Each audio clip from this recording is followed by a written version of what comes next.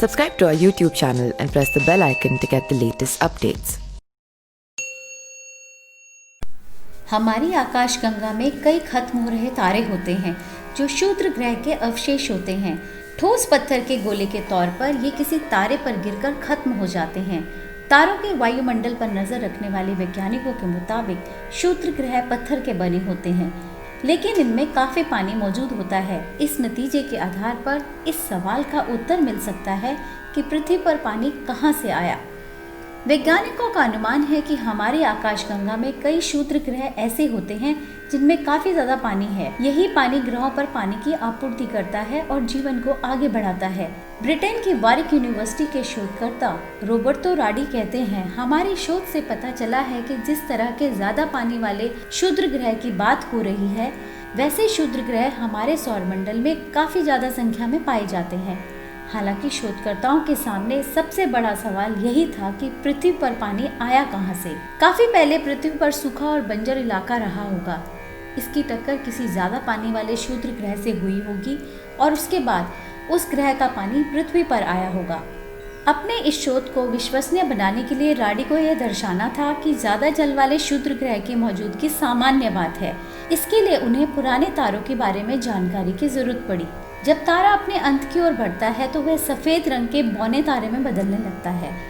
उसका आकार भले छोटा हो जाता है, लेकिन उसका गुरुत्वाकर्षण बल में कोई कमी नहीं आती। वह अपने आसपास के गुजरने वाले क्षुद्र ग्रह और कॉमेट्स को अपने वायुमंडल में खींचने की ताकत रखता है। इन टक्करों से पता चलता है कि ये पत्थर किस चीज से बने हैं। ऑक्सीजन और हाइड्रोजन जैसे रासायनिक तत्व अलग अलग ढंग से रोशनी को ग्रहण करते हैं। राडी के शोध दल ने खत्म हो रहे तारों पर पड़ने वाली रोशनी के पैटर्न का अध्ययन किया। कनेरी द्वीप समूह पर स्थित विलियम हार्शल टेलीस्कोप की मदद से ये अध्ययन किया गया। राडी और उनके सहयोगियों ने 500 प्रकाश वर्ष दूर खत्म हो रहे तारों पर शोध किया।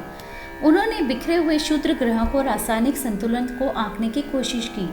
उन्होंने पाया कि उसमें पत्थर के अलावा पानी की बहुतायत थी। रॉयल एस्ट्रोनॉमिकल सोसाइटी के मासिक नोटिस में इन शोधकर्ताओं ने लिखा है कि पर्याप्त जल की मौजूदगी वाले क्षुद्र ग्रह आकाशगंगा के दूसरे ग्रहों तक जल पहुंचा सकते हैं। राडी का निष्कर्ष था, कई सारे क्षुद्र ग्रहों पर जल की मौजूदगी से हमारे उस विचार को बल मिलता है कि हमारे महासागरों में पानी क्षुद्र ग्रहों के साथ हुई टक्कर से आया होगा। हाल के सालों में अंतरिक्ष वैज्ञानिकों ने हमारे सोलर सिस्टम के बाहर कई ग्रहों का पता लगाया है। केपलर टेलीस्कोप ने अकेले 1000 से ज्यादा ग्रहों को ढूंढ निकाला है। ऐसे बाहरी ग्रहों पर भी जीवन हो सकता है अगर इनका आकार पृथ्वी के समान हो और ये अपने तारे के गोल्डीलॉक्स जोन में हो, यानी पृथ्वी की तरह जहां तापमान ना तो बहुत ज्यादा और ना ही बहुत कम हो, तो उस पर जीवन की संभावना हो सकती है। शोध के सहलेखक और यूनिवर्सिटी ऑफ वारिक के प्रोफेसर बोरिस गैंसिक के मुताबिक जल वाले क्षुद्र ग्रहों ने संभवतः ऐसे ग्रहों तक भी पानी पहुंचाया होगा। हम ये जानते हैं कि जल के बिना जीवन के अस्तित्व की कल्पना नहीं की जा सकती। हालांकि गैंसिक भी यही मानते हैं कि अगर किसी बाहरी ग्रह पर जीवन की मौजूदगी होगी तो उसका पता लगाना बेहद मुश्किल काम होगा। यह जानकारी आप तक शैलजा ध्यानी ने पहुंचाई।